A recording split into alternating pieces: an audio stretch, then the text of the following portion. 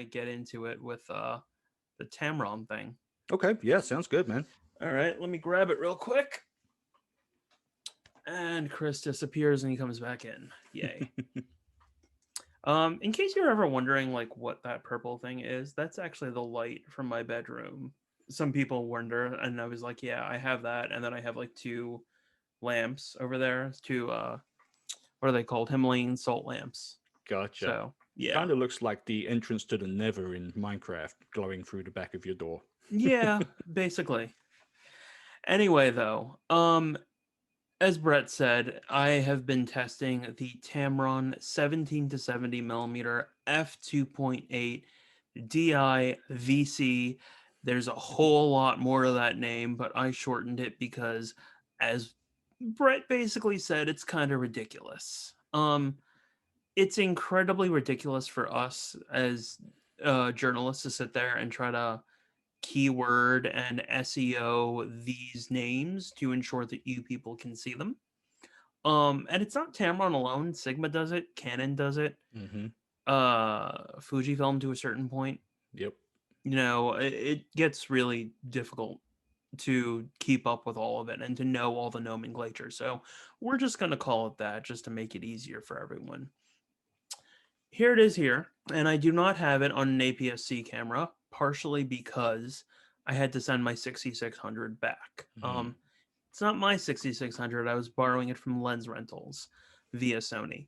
So Gotcha. this is on the original A7 right now, and this is what the lens looks like. Now let me show you how large it is.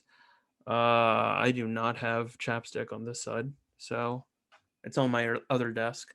This is some eye drops, Okay. and this is a pint glass. Gotcha. So it's Okay. basically as large as a pint glass, more or less. It's a decent sized lens.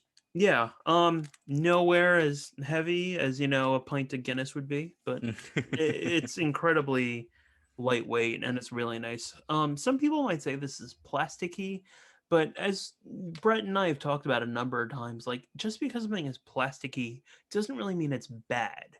It Right. could be a very good, like solid feeling plastic, or it could be like, if you squeeze it a little bit too much, then the whole thing will break apart. And that's not the case here with this Tamron lens. Good. That's good to know. Yeah. So first off, yes, I'm aware I have it on a full frame body because it's all we have around, and otherwise I'm being recorded my Sony A7R III, which is also full frame. Mm-hmm. This lens is designed for APS-C cameras, and that means like the 6600, the 6100, a couple others that are out there. And what's really unique about it is you can say that it's an innovation, but you can also look back in Tamron's history and see that they basically did something similar. Years ago, they had a 24 to 105 f2.8 lens that only worked with APS-C cameras. Mm-hmm.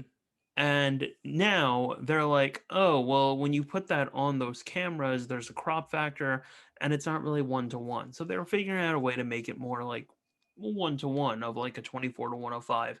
And that's what this is. It's a 24 to 105 equivalent f2.8. Now, of course, it's APS-C, so you have to do the 1.5 times conversion factor, and then it becomes a 24 to 105. But with the f-stop, the depth of field is uh, that's a great question. 4.5, Yeah, it'd be something like like that. 3.54, something like that. Yeah, I'm a journalist. I don't do math. Um, so it becomes that, but it still has all the light gathering abilities of f2.8. Mm-hmm. Now, ergonomically, it's got like all the sort of trademarks that you would have from a Tamron lens. It's got like this sort of nice ring. I would say it's brass, but I'm not really sure about that. Some of their higher end lenses have it more pronounced. This one Mm-hmm. doesn't seem like it's one of more higher end lenses. And then there's a focusing ring thingy here, and then a zoom ringy thing here. Gotcha. Zoomy thinger ring. Yes, that's what I meant to say. And there are no controls on it, which is very, very typical of Tamron lenses. So, Mm-hmm. if you want to switch from autofocus to manual focus, you have to do that through the camera. No problems. Like a lot of cameras have that. Yep. it's to be expected. And then the front filter, I forgot how many millimeters this is. I think it's like maybe, I don't think it's 77, but Gotcha. it's not large. Um, and then the build quality. This thing is weather sealed. I took it out once or twice, I believe, in the rain very quickly. Didn't really have any problems at all. And that's pretty incredible because Tamron lenses, and I mean, Brett, you've tested some of them as well too. They're very well weather sealed, but I don't always feel like the bodies that they're on are anywhere as weather sealed.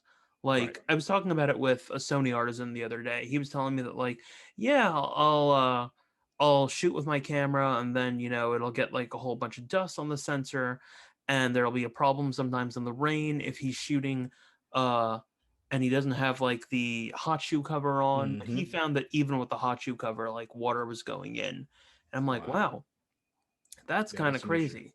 And he was like, yeah, but like that's to be expected with mirrorless cameras. And I was like, no, it's not. Absolutely not. And that's such. Why would we expect that? That's crazy to me. We should be expecting the complete opposite at this point. Yeah, no, exactly. But I mean, you and I know better, and Hillary knows better because, we review these things all the time. So Mm-hmm. we know that, like, you take a Nikon out into the desert, it's not going to get sand into the sensor just by zooming in and out. Like, Right. that will happen with Sony all the time, but it won't happen with Tamron lenses. And that's pretty Mm-hmm. awesome. Yeah, I agree. And I love that Tamron has got the message when so many others haven't. That all of their new lenses seem to be weather sealed now. Not just picking and choosing. It seems like it's going to be across the board. Yeah, yeah, no, I absolutely agree with you about that. I really wish that Sigma did that as well too, but Mm-hmm. sometimes they only do it at the mounts. And, even same thing with Canon. I really feel like Canon, they only weather seal their L lenses, and that Mm-hmm. really annoys me. Yeah, same. Yeah. Um, Overall, before I get into image quality and talking about like the ease of use, I do want to say that like this is a good lens. I feel it was wasted on the Sony system. Really. Partially because, yeah, the APS-C Sony system, it's good, but I don't feel it's anywhere the level of Fujifilm's. And I feel Mm-hmm. like Fujifilm has a much bigger commitment to APS-C than Sony does. Sony, I feel, is just like going full on into full frame. They don't really care about anything else. I mean, they care a little bit about APS-C, but not really a whole lot. I mean, if you really sit there and look at like what they think is paramount, it would be full frame E mount, then standard E mount, and then let's be honest, I don't really care about alpha. No, I mean the A6000 series really hasn't changed a great deal since what 2014 when the A6000 came out. Yeah. It's pretty much just been the same ever since, and it's just a tiny iteration every time they come out with a new camera. Yeah, or it's like internal things that Hmm. change. Yeah. So I feel like if anything, this lens would rock so hard on Fuji. Hmm. Like imagine on an X-T4 or maybe an X Pro 3 or an XH1 or something like that. It would be so great. Manufacturers say that Fujifilm isn't really happy to work with them, and then Fujifilm says something back. And then usually when I've talked to Fujifilm's like higher ups, they're all like, "Yeah, no, why should we work with a third party?" And I'm like, a lot of good things happen when you open your borders up. Absolutely. Yeah. I'm gonna put this down really quickly, and we're gonna take a look at some images, and you're gonna see it. There's my face. You're gonna see it on the A6600. Can you see this, Brett? Yes, I can. Wonderful. This is what it looks like on the Sony A6600. As you can see, it's a lot smaller. Well, the package overall is a Hmm. lot smaller. I mean, looking at it on that small body, it almost looks like that would be ridiculously front heavy. But you said it's a relatively light lens, so how does it balance on there? It's incredibly well balanced. Good. Like when I was putting it in and out of a bag, I was like, wow, this is almost feeling like it's just the camera. It's not feeling like it's a camera plus a major lens, you Hmm. know? That's Um, impressive. so they did a whole lot, and here you can really see that like even when it's zoomed all the way in, it's not even like half as much longer. Like if you see this area right here, Mm-hmm. um, that's the rest of the lens versus the lens hood. It doesn't really become that much larger. The whole profile stays very small. Yeah, it looks like it's about the width of that focusing, the zoom ring right there. Yeah, pretty Yep, much. impressive. Yeah. So these are a couple more product shots that I thought I'd show you guys. This I purposely did because I like to do this thing where I basically create like a painting in camera by shooting at a slower shutter speed. And right up here you can see I shot at 1/5 of a second, f11, ISO 100.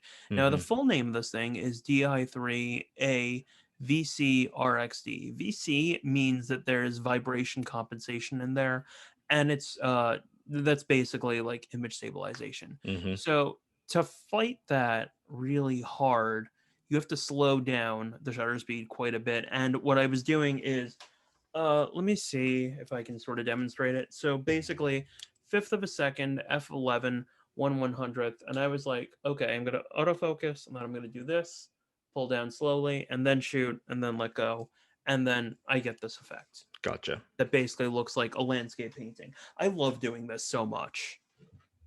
Yeah, And I I know. think, sorry, go I was ahead. gonna say this one looks. I really like this one.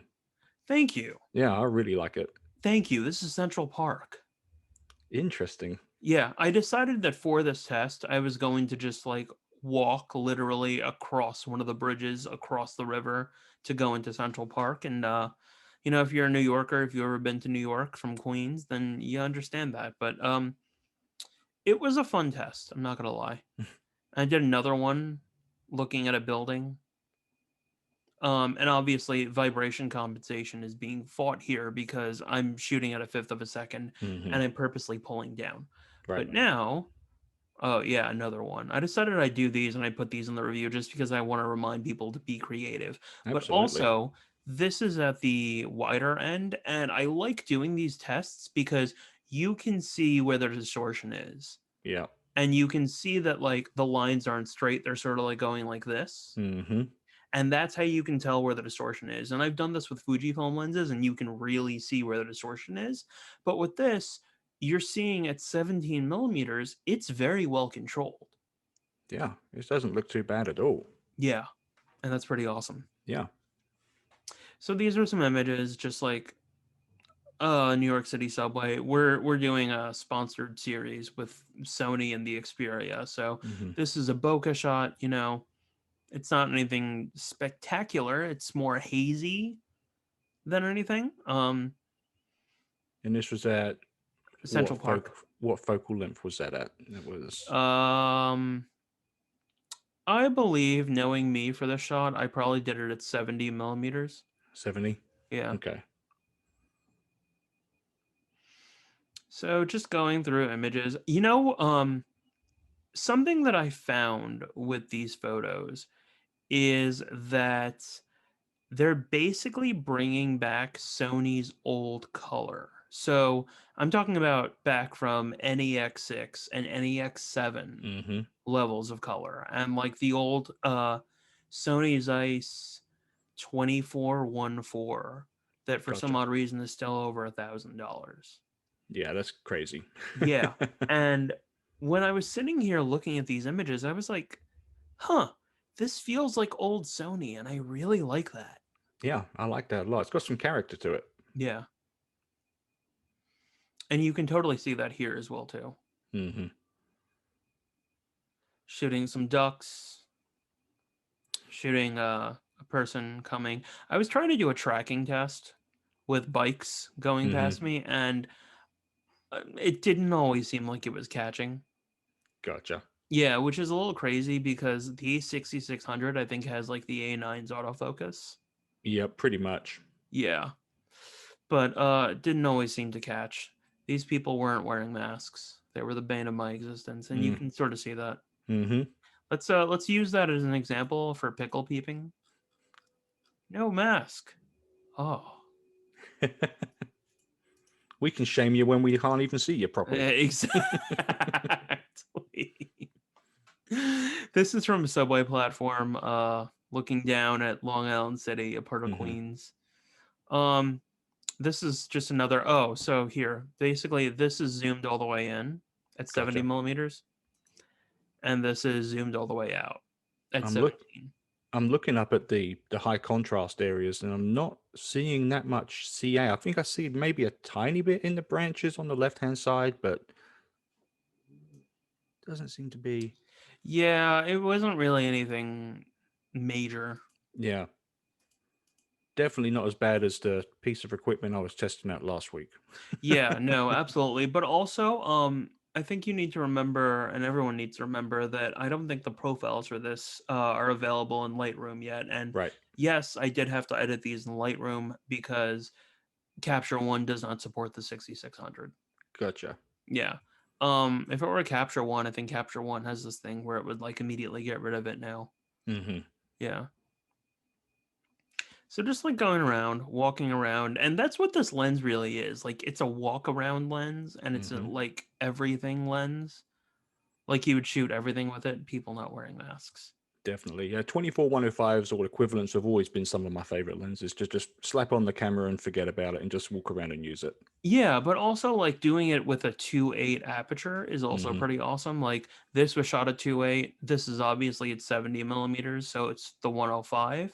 Right. And this is the kind of bokeh you can get. Again, it's not fantastic. It's hazy, partially because it's f2.8, and then you stop that down a little bit more because of f1.5. Right. Sorry, no, the 1.5 crop Mm-hmm. factor, and it's okay. Yeah, It's not anything that you should expect from full frame cameras. definitely. Yeah. I like the colors on it though. Again, like I feel it looks like old school Sony, and I think that's very important Mm-hmm. because that aesthetic was lost and they're doing something that no one else is doing right now. Yeah, I like Again, the tones. They're very nice. yeah, they really are. Very sort of cool slash a little bit of extra purple in there, Mm-hmm. the way old school Sony used to be. Very It's cool. it's a walkabout lens. Yeah. This is me walking between the rivers and just trying to like shove the lens in between a gate. Mm-hmm. It's really tough to do. Decided I'd do some editing with black and white. It can be fun. Oh yeah. It can be really fun, I feel. More bokeh. This is it focusing up really close. Yeah, it looks pretty good to me for a 24-105 f4 equivalent. That's more than acceptable.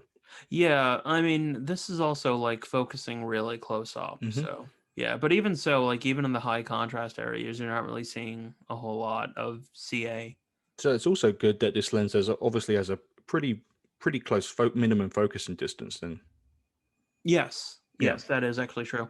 I do these things now for testing where I'll purposely set the camera and a lens to time lapse mode, and I'll just let it document like me cooking or something like that. Mm-hmm. Um, Partially because I know a lot of people like doing these things. So that's me doing it. And this is me also trying to be a little bit more creative by using a slower shutter speed to capture drama and motion. Mm-hmm.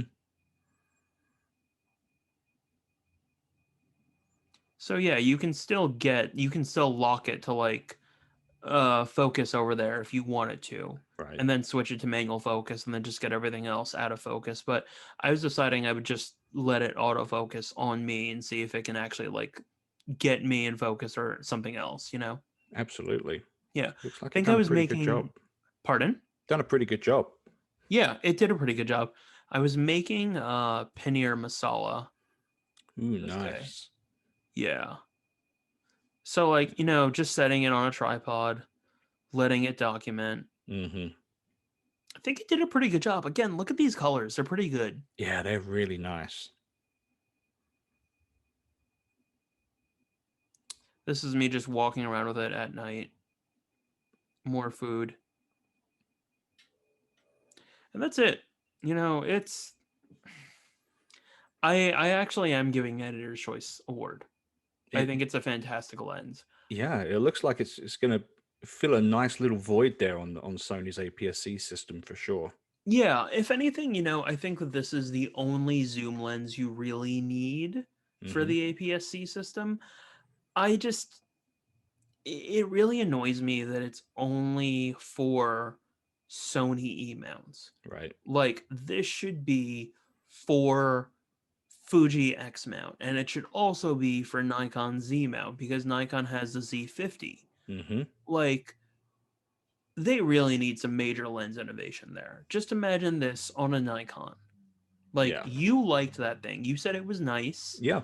Um, we saw fantastic high ISO results from that thing. Mm-hmm. Yeah. Um, but the problem is that it's lacking that extra oomph, and this lens could give it that extra oomph for sure. Definitely. Yeah. Absolutely. Yeah. That'd be a great lens to walk around with on that Z50. Yeah, I mean, the Z50 is also pretty lightweight too, isn't it? Yep. Absolutely. Yeah, so imagine it on that, or imagine it on the XT4. Like the XT4, those cameras are workhorses that actually like major photojournalists use Mm-hmm. fairly often. Same with the XH1. I think the XH1 won the World Press Photo award for a photographer that was photographing like a protest or something, but it was Yeah. great. Now imagine a lens this serious on that system with the film simulations. Yeah. That would be very nice. It would be fantastic. So this is a great lens. I think I was saying in my review that it's a yeah, that's what I said. This lens is a polished, beautiful diamond that is on the equivalent of a ring pop ring. Like a ring pop Wow. ring, you don't really take seriously. It's a little piece of plastic. You throw Right. it away when you're done. And just imagine like replacing the actual like lollipop with like a real diamond. Yeah. There you go. Yeah, that's what I feel like. Oh man, Christine's laughing. Nice analogy. I like that. Yeah, that's what I really feel this is. It is a fantastic lens. It's a diamond. It's under $1,000. I think it's like $799. It's weather sealed. Wow. Yeah. I was Pardon? going to say, so that undercuts Sony's 18 to 55 by like $400 Yeah. for the APS-C system, even $500. I think that's like $12.99 that lens. Yeah, and it would undercut Fuji's 70 to 55 as well too. Mm-hmm. Yeah. Wow, that's pretty good value right there. Yeah, and you're getting all of that like I don't know, like it's wasted on their system. Um uh it's so sad because again, like the lens by itself is fantastic. It's built well, it's weather sealed, it focuses pretty quickly. You know, obviously there's going to be some problems between the autofocus of the lens and the camera. But if you just want a walkabout lens or an everyday lens, like if Fujifilm fixed their autofocus system a little bit more, like it's not bad. Um, but it's not as accurate and it's not as fast as it should be. I think we can agree on that. And if they fixed certain problems that they have with webcams and video, and they just gave their cameras a little bit of better battery life, and you know they are doing that right now, don't get me Mm-hmm. wrong, I guess I can correct myself on that one, and they put this lens on there, that would make their system even better because right now like they have some good zooms, but they're not anything special. They're not anything innovative like this lens. All their innovation is really in their prime lenses, you know, Mm-hmm. like super small weather sealed lenses that are fast focusing and all that kind of stuff. This lens could bring so much to the Nikon system, to the Fujifilm system, but it's just stuck to Sony, and that annoys me. That's the whole problem with Fujifilm, and that's why, um, they're not having to innovate as much as say other camera manufacturers are because they have a closed system. Yeah, You know, so yeah. yeah, that's a big problem. Also, Sony owns a part of Tamron. Right. Yeah. It's like 12% or something in that, I think. Yeah, I forgot exactly the percentage, Yeah. but you make sense. Let's see. Comments. Is Sony at the Super Bowl? I heard that the A1 is there Hmm. for sure. Michael is saying the slow shutter speeds shots are great. Reminds me of Ernst Haas. Thank you. Really appreciate that. Sorry, I'm struggling to see. Whatever.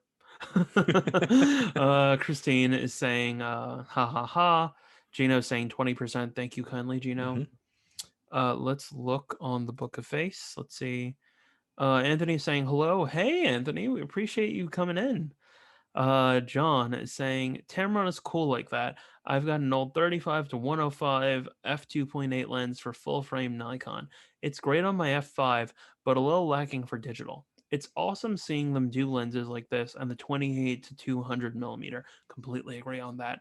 Looking Hmm. forward to reading the write up on this one. I'm trying to remember when I scheduled the write up for.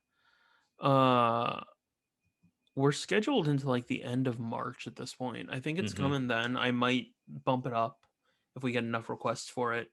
Yeah. At any one time we have to be scheduled a really far advance time in advance. We're usually scheduled up anywhere between 7 to 8 weeks Hmm. on a daily basis. It just makes things sustainable for the staff. Christine saying wow. Thank you. John, just to get back to your comments, I never thought of putting that lens on film. I'm very curious of what it would look like. I think I'm gonna go to Flickr and check that out a little bit later on. But that's the end of the segment. It is a diamond on a ring pop. I like that.